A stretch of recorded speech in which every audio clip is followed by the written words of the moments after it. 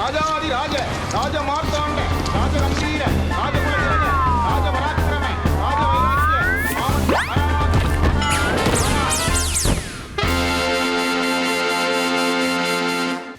வணக்கம் மக்களே.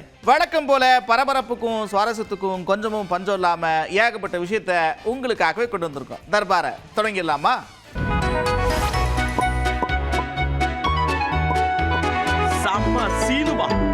சம சினிமால முதல்ல என்ன பார்க்க போறோம் அப்படின்னா, ராணுவ வீரர் மீனாட்சி சுந்தரம் அந்த அளவுக்கு காயப்பட்டும் கூட வீரத்தோட அப்படி போர் பண்ணவர். அவருக்கு கீர்த்தி சக்ரா விருதுலாம் கொடுத்தாங்க. குடியரசுத் தலைவர்கிட்ட வாங்கினா நீங்க பார்த்துருப்பீங்க. இப்போ சொந்த ஊர் திரும்பின அவருக்கு உற்சாகமா வரவேற்பு கொடுத்துருக்காங்க மக்கள்.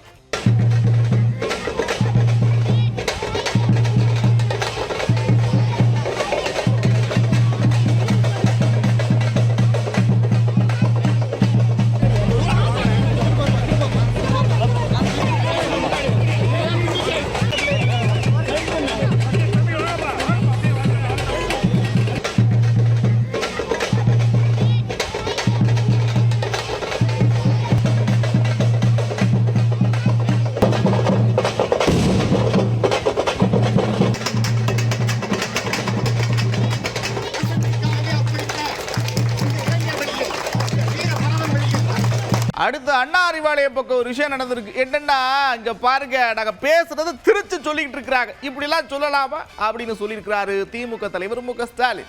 ஏற்கனவே நடந்த நிகழ்ச்சியில நான் பேசினேன். உடனே அதை உண்மைக்கு மாறாக திருச்சி ஆட்சியை கவிழ்க்க சதியா அப்படின்னு கேட்டு நம்ம எதிரிகள் அழ ஆரம்பிச்சுட்டாங்க. ஏற்கனவே நான் நிறைய முறை சொல்லிட்டேன். இன்னொரு முறையும் இந்த கூட்டத்தில் நான் தெளிவாக சொல்ல விரும்புகிறேன். திமுக கழகம் பொறுப்பான விழிப்பான எதிர்க்கட்சியா தன்னுடைய கடமையை உறுதியா செய்யும். இந்த ஆட்சியினுடைய தோல்விகளை நாம் தொடர்ந்து சுட்டி காட்டுவோம், கேள்விகளை கேட்போம். அடுத்து எப்ப தேர்தல் இருந்தாலும் மக்களை இந்த ஆட்சியை அகற்றுவாங்க. இப்படியா சொன்னவரு அடுத்து முக்கியமான விஷயத்த சொல்றாரு. என்ன சொல்றாரு அப்படின்னா, மக்கள்லாம் பயங்கர கோபத்திலையும் அச்சத்திலையும் இருக்கிறாங்கப்பா. நாங்க பாதுகாப்பு நாங்க தான் கொடுப்போம்னு சொன்னாங்க. இப்ப தாவேகா கிட்ட இருந்து பாதுகாப்பு கிடைக்காதா, அந்த அளவுக்கு ஆகி போச்சு நிலைமை அப்படின்னு சொல்றாரு. இப்படி பலதரப்பட்ட மக்களும் ஏண்டா இந்த ஆட்சிக்கு வாக்களிச்சோன்னு கோபமா ஆவேசமா வருந்திக்கிட்டு இருக்கிறாங்க. ஓட்டு போட்டவனு வருத்தப்படுறான், ஓட்டு போடாதவனு வருத்தப்படுறான். இப்போ அதான் இப்ப இருக்கக்கூடிய நிலை. சாதாரணமா சொல்றாங்க, ஏதோ 2 ஓட்டு போட்டோம், நீங்க தான் ஆட்சிக்கு வரும்னு நினைச்சோம், இப்படி ஆயிடுச்சு. இப்போ இந்த ஆட்சியில குற்றங்கள் பெருகிடுச்சு. பிரச்சாரத்தில் பேசும்போது தாவேகா ஆட்சி பாதுகாப்பு கொடுக்கணும்னு சொன்னாங்க. ஆனா இப்போ தாவேகா கிட்ட இருந்து பாதுகாப்பு வேணும்னு மக்கள் கேட்கிற நிலைக்கு இன்னைக்கு தமிழ்நாடு வந்திருக்கு. அதாவது ஷாப்பிங் எதுக்காவது போனோம்னா வீட்டுக்கு தேவையான பொருள், ட்ரெஸ், இது ஏதாச்சும் வாங்குவோம். ஆனா முதலமைச்சர் என்ன தெரியுமா பண்றாரு? அதிமுக எம்எல்ஏக்களை ஷாப்பிங் பண்ணிட்டு இருக்கிறார் அப்படின்ற குற்றச்சாட்டை முன் வச்சிருக்கிறார். பொதுவா எல்லாரும் ஷாப்பிங் போனா என்ன வாங்குவாங்க? ட்ரெஸ் வாங்குவாங்க, வீட்டுக்கு தேவையான பொருட்களை வாங்குவாங்க. ஆனா இப்ப நம்ம முதலமைச்சர் என்ன செய்யறாரு தெரியுமா? அதிமுக எம்எல்ஏக்கள் ஷாப்பிங் பண்ணிட்டு இருக்கிறாரு.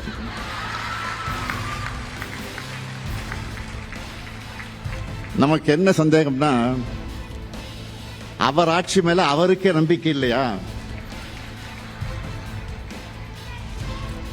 அல்லது அவருக்கு ஆதரவு கொடுத்து கொண்டிருக்கக்கூடிய மற்ற கட்சிகள் மேல நம்பிக்கை இல்லையா? முதல்ல அவர் ஆட்சியை காப்பாத்திக்க அதிமுக எம்எல்ஏக்களை தாவேகாவுக்கு ஆதரவா வாக்களிக்க வச்சார். இப்ப அவங்களை ராஜினாமா பண்ண வச்சுட்டு அடுத்த நொடியா தன்னுடைய கட்சியில இணைச்சிருக்கிறார். இந்த மாதிரி நியூஸ் எல்லாம் பார்க்கும்போது உங்களுக்கு என்ன ஞாபகம் வரும்? பாஜக மற்ற மாநிலங்களில் பண்றதே இங்க முதலமைச்சர் விஜய் அவர்கள் செஞ்சுட்டு இருக்காரு. முதலமைச்சர் தான் மேடைக்கு மேட கான்பிடண்டா இருங்க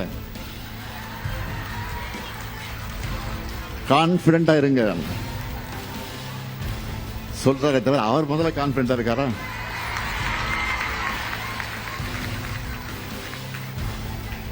அதனாலதான் தீர்ந்து போன சக்தின்னு சொன்னவங்க கூட உறுப்பினர்களை திருடிட்டு இருக்காரு. இப்போ தீர்ந்து போன சக்தி வெட்டிய திருடுற இவர் எவ்வளவு காஞ்சி போன சக்தியா இருப்பாரு பாருங்க. இந்த பக்கம் தாவேக்க, அந்த பக்கம் திமுகன்னு மாறி மாறி கருத்து மோதல் நடந்துகிட்டு இருக்க, அங்க திடீர்னு ஒரு அறிக்கை வந்திருக்கு. என்னப்பா அறிக்கை அப்படின்னா, தப்பி தவறி கூட யாரும் எந்த அமைப்பு எந்த அரசியல் இயக்கங்களும் ரஜினிகாந்த் பேரை பயன்படுத்தக்கூடாது பார்த்துங்க அப்படின்னு ரஜினி ரசிகர் மன்றத்திலிருந்து அறிக்கை விட்டுருக்கிறாங்க.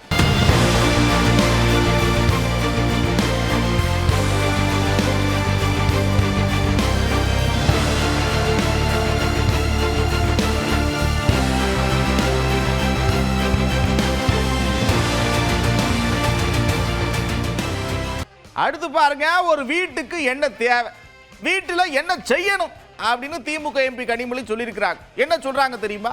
பாருங்க, அரசியல் புரிதல் இல்லாம இருக்கிறாங்க. வீட்டுல குழந்தைங்களோட அரசியல் பேசுங்க அப்படின்னு சொல்றாங்க. வீட்டுல அரசியல் பேசுங்கள். அரசியல் நம்ம பிள்ளைங்களை, அடுத்த தலைமுறையை அரசியல் படுத்துங்கள். ரீல்ஸ் நிச்சயமா முக்கியம், சோசியல் மீடியா முக்கியம், நான் இல்லைன்னு சொல்லலை. ஆனால் வீட்டில் இருக்கும் பொழுது பிள்ளைகளோடு, பக்கத்தில் இருக்கக்கூடிய வீட்டில் இருக்கக்கூடிய சகோதரிகளோடு, உங்கள் சொந்தக்காரர்களோடு, உற்றாரோடு, உறவினரோடு தயவு செய்து அரசியல் பேசுங்கள், பேசுங்கள், பேசுங்கள். இந்த சமூகத்தை அரசியல் படுத்த வேண்டிய கடமை நமக்கு இருக்கிறது. அரசியல் படுத்தப்பட்ட ஒரு சமூகம் எந்த முடிவு வேணாலும் எடுக்கட்டும். ஆனால் அரசியல் என்ன என்பதை புரிந்து கொள்ளாமல் இந்த 60 ஆண்டு காலங்களாக, 70 ஆண்டு காலங்களாக நாம் செய்திருக்கக்கூடிய சாதனைகள் இந்த சமூகத்தில் எவ்வளவு பெரிய மாற்றங்களை கொண்டு வந்திருக்கு. அடுத்து பனையூர் தாவேக்கால் உலகத்தில் என்னப்பா விசேஷம் அப்படின்னு பார்த்தா, ஏகப்பட்ட பேர் மாற்றுக் கட்சியிலிருந்து தாவேக்கால இணைஞ்சிட்டு இருந்தாங்க. அதுல ரொம்ப முக்கியமான ஆள் யார் தெரியுமா? பாஜக இருந்து விளங்கி விளவங்கோடு முன்னாள் சட்டமன்ற உறுப்பினர் விஜயதாரணி தாவேக்கால இணைஞ்சிருக்கிறாங்க.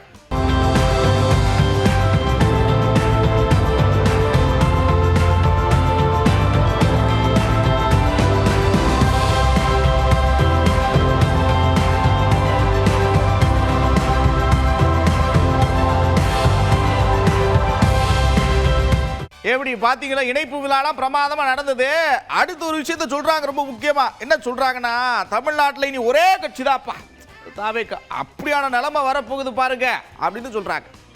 தமிழக வெற்றி கழகத்தின் கரங்களை வலுப்படுத்துவது மட்டுமல்ல, அது தமிழகத்தின் கரங்களை வலுப்படுத்துவதாக நான் பார்க்கிறேன். தமிழ்நாட்டில் ஒற்றை கட்சியாக மாறப்போகிறது தமிழக வெற்றி கழகம் என்பது உறுதி. அடுத்து யாருப்பா முக்கியமான ஆட்கள் வேற யாரெல்லாம் இணைஞ்சிருக்கிறாங்கன்னா, அதிமுக இருந்து ஏகப்பட்ட பேர் இணைஞ்சிருக்கிறாங்க.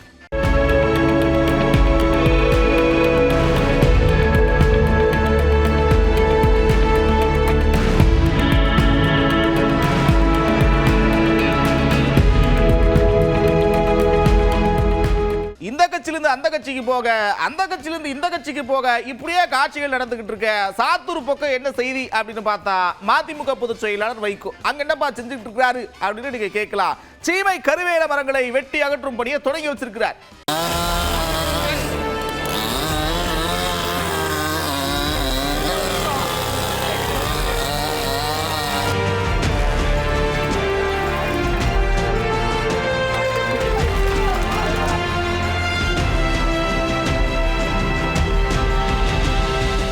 பணிகள் எல்லாம் தொடங்கி வச்சதுக்கு அப்புறம் செய்தியாளர் சந்திப்பு நடத்துறாரு. அப்ப என்ன தெரியுமா சொல்றாரு? உள்ளாட்சி தேர்தலில் மதிமுகவும் தாவேக்காவும் கூட்டணி வாங்கியிருக்காங்க. நாங்க இருக்கிற கூட்டணியை பத்தி யோசிக்கவே இல்லையே. நீங்க தாவி போயிட்டே உள்ளாட்சி தேர்தலுக்கு. நாங்க பொதுக்குழுவை கூட்டணும், நாங்க இதுவரைக்கும் உள்ள நிலவரங்கள் பற்றி யோசிக்கணும். நாங்க ஒன்றும் அவசரப்படவில்லை. 27ஆம் தேதி பொதுக்குழு கூடி எல்லா நிலைமைகளையும் அங்கு கருத்துக்கள் பரிமாறப்படும். அதற்கு பிறகுதான் எங்கள் நிலைப்பாடு என்ன என்பது வெளியிலே சொல்லப்படும். இப்படியே பேசினவர் ஆழ் மனதிலிருந்து வேதனையை வெளிப்படுத்தியிருக்கிறார். என்னப்பா வேதனை அப்படின்னு கேட்டீங்கன்னா, நாங்க உண்மையா உழைச்சோம், வெற்றிக்காக உழைச்சோம். ஆனா பாருங்க, எங்க மேல காரணமே இல்லாம பழிய போடுறாங்க, என்னென்னமோ பேசுறாங்க, இதெல்லாம் சரியா இருக்குமா அப்படின்னு கேட்கிறார். எவ்வளவு விசுவாசமாக இருந்து திமுகவுக்கு பாடுபட முடியுமோ பாடுபட்டு இந்த சாத்தூர் தொகுதியில் கூட கடுமையான பிரச்சாரம் செய்து திமுகவை ஜெயிக்க வச்சவன் நான். அவர்களுக்கு மற்றவங்க முடிவு எடுத்து ஆட்சியரோடு சேர்ந்திருக்காங்க. நாங்கள் எந்த முடிவும் எடுக்கல, எந்த இதுவும் சொல்லலை. சமூக வலைதளங்களில் அவங்க திமுகவை சேர்ந்தவங்க காரணம் இல்லாமல் எங்களை நிந்திப்பது, எங்கள் மேலே பழி தூற்றுவது நாங்கள் கவலைப்படலை. இதுக்கெல்லாம் நாங்கள் பழக்கப்பட்டு போனவங்க. நாங்கள் எதுவும் பேசலை, நான் எதுவும் ஒரு வார்த்தை பேசலை. டாக்டர் கலைஞரை பற்றி இந்த கருப்பு கொடி போராட்டத்தில் கூட அவர் திருவள்ளுவருக்கு செய்த பெருமைகளை பற்றி 10 நிமிஷம் பேசுறேன். சரி, அடுத்து இங்கிட்டு வருவா. எங்கிட்டு அதான் நம்ம மத்திய இணையமைச்சர் எல்முருகன் அண்ணன் இருக்கார்ல, அவர் ஒரு விஷயத்த சொல்றார். என்ன சொல்றாருன்னா, இங்க பாருங்க ஒரு பிரச்சனை போய்கிட்டு இருக்கு, மேகதாதுல அணை கட்டுவேன், பூமி பூஜை போடுவோம்னு அவங்க சொல்றாங்க. என்ன நடந்தாலும் நாங்க விட மாட்டோம்னு இவங்க சொல்றாங்க. என்னதான் நடக்க போகுது அப்படின்னு கேட்டிருக்கோம். அதுக்கு அவர் என்ன தெரியுமா சொன்னார் பாருங்க. எப்பொழுதுமே நீங்கள் மேகதாது அணை பொறுத்தளவுக்கு நம்மளுடைய மாநிலத்தினுடைய நலன், அவங்களுடைய மாநிலத்தின் நலன், எந்த மாநிலத்தினுடைய நலனும் பாதிக்காமல் அதற்கான நடவடிக்கைகளை எடுக்கணும். நமக்கான தண்ணீர் கிடைப்பதற்காக நம்மளது அதனுடைய உரிமையை நாம் விட்டு கொடுக்க முடியாது. அதே போல் அனைத்து மாநிலங்களும் அது சரியான அதுக்காக தான் நம்ம நதிகளை இணைக்கின்ற, தேசிய நதிகளை இணைக்கின்ற அந்த திட்டத்தை கூட நம்ம வாஜ்பாய் ஐயா அவர்கள் கொண்டு வந்தாங்க. இந்த மாநிலங்களுக்கு இடையில் அந்த பாகுபாடு இருக்கக்கூடாது, அனைவருக்கும் அனைத்து மாநிலத்திற்கான உரிமையான தண்ணியை கிடைக்க வேண்டும் என்பதுதான் எங்கள் நிலைப்பாடு. ஒரு பக்கம் இவர் இப்படி யாருக்கும் பாதகம் இல்லாமல் நடவடிக்கை எடுப்போம்னு சொல்றாராம். சரி, அமைச்சர் வன்னியரசு கிட்ட கேட்போம், என்ன சொல்றாருன்னு பார்ப்போம்னு கேட்டோம். அவர் என்ன சொல்றாருன்னா, எதிரான நிலைப்பாட்டில் இருக்கிறோங்க, அதெல்லாம் தெளிவாக எதிரான நிலைப்பாட்டில் இருக்கோம், அணையெல்லாம் கட்ட விட மாட்டோம் அப்படின்னு சொல்றாரு. நம்ம சட்டப்படி அதை கட்டாயம் தமிழ்நாட்டுக்கான பாதுகாப்பை உறுதிப்படுத்துகின்ற வகையில் தமிழ்நாடு அரசு செய்யும். நம்முடைய முதல்வர் அவர்களும் அதை நோக்கி செல்வார்கள். ஆகவே கர்நாடக அரசு செய்வது என்பது மிக மோசமான சட்டத்துக்கு விரோதமாக அவர்கள் செயல்படுத்துகிறார்கள். தமிழர்களுக்கு எதிராக, தமிழ்நாட்டுடைய உரிமைகளுக்கு எதிராக தொடர்ந்து அவர்கள் செயல்படுத்துகிறார்கள் என்பது எல்லாருமே தெரிந்ததுதான். ஆகவே அரசுடைய நிலைப்பாடு இதுதான், மேகதாது அணை கட்டக்கூடாது என்பதுதான் அரசுடைய நிலைப்பாடு. சில பேர் போயிருக்கிறாங்க, அவங்களும் ஆதாயத்தை தேடி போயிருக்கிறாங்க. தொடர்ந்து அதிமுகவிலிருந்து போல பலனடைந்தவர்கள், பல்வேறு இந்த கட்சியில் ஆட்சி இருக்கும்போது சுகமடைந்தவர்கள், அந்த சுகத்தை தேடி ஆட்சி இருக்கின்ற காரணத்தால் அங்கே ஓடுகிறார்கள். அதே தாவக அங்கே ஆட்சி இல்லை என்று சொன்னால் அதை பற்றி திரும்பி கூட பார்க்க மாட்டார்கள். அப்படிப்பட்ட சுகபோகிகள் ஓடிக்கொண்டிருக்கிறார்கள். கழகத்தை காத்து நின்று, கொள்கைக்கு உரமாக நின்று இருக்கின்ற லட்சக்கணக்கான தொண்டர்கள் எடப்பாடியாருடைய தலைமையின் கீழ் மிகவும் பிடிப்போடு இருக்கிறார்கள் என்பதை தெரிவித்துக் கொள்கிறேன். அதிமுகவை அப்படியே எதுவும் பண்றதுக்கு பிளான் பண்றாங்களா? அதிமுகவை அழிப்பதற்கு யாராலும் முடியாது. ஏனென்று சொன்னால் அந்த கட்சியை உருவாக்கியவர் ஒரு தன்னலமற்ற தலைவர். தன் தலைவனுக்காகவே கட்சியை துவக்கியவர் புரட்சி தலைவர் எம்ஜிஆர். அப்படிப்பட்ட தலைவர் உருவாக்கின இந்த இயக்கம் நிச்சயமாக யாராலும் அழிக்க முடியாது.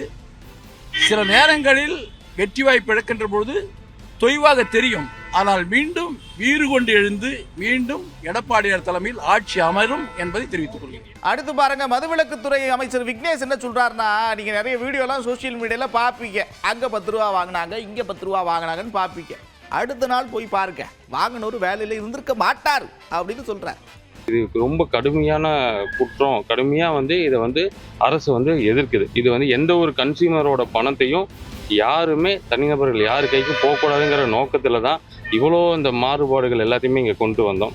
அதன்படி நானும் சமூக வலைதளங்கள் எல்லாமே பார்த்துட்டு தான் இருக்கேன். இந்த கடையில் பாருங்கள் இப்படின்னு ஒரு வீடியோ வரும், அங்கே பாருங்கள் ஒரு வீடியோன்னு வரும். நீங்கள் எந்தெந்த கடைகள்லாம் இந்த சமூக வலைதளங்களில் பார்த்துருக்கீங்களோ அந்த கடைக்கெல்லாம் அடுத்த நாள் போய் பாருங்கள். உங்கள்கிட்ட யார் அந்த விற்பனையாளர்கள் அப்படி நடந்துக்கிட்டாங்களோ அவங்க நிச்சயம் அந்த பணியில் இருக்க மாட்டாங்க. அப்புறம் என்ன ஜாலியா சிரிச்சுட்டே ரசிச்சு பார்த்துருப்பீங்கன்னா, கடை மூட நேரம் வந்துருச்சு. மறுபடியும் இதே மாதிரி ஒரு தர்பாரில் உங்களை சந்திக்கிறேன். அதுவரை விடைபெறுவது நான் நந்தா. இது 18 தர்பார்.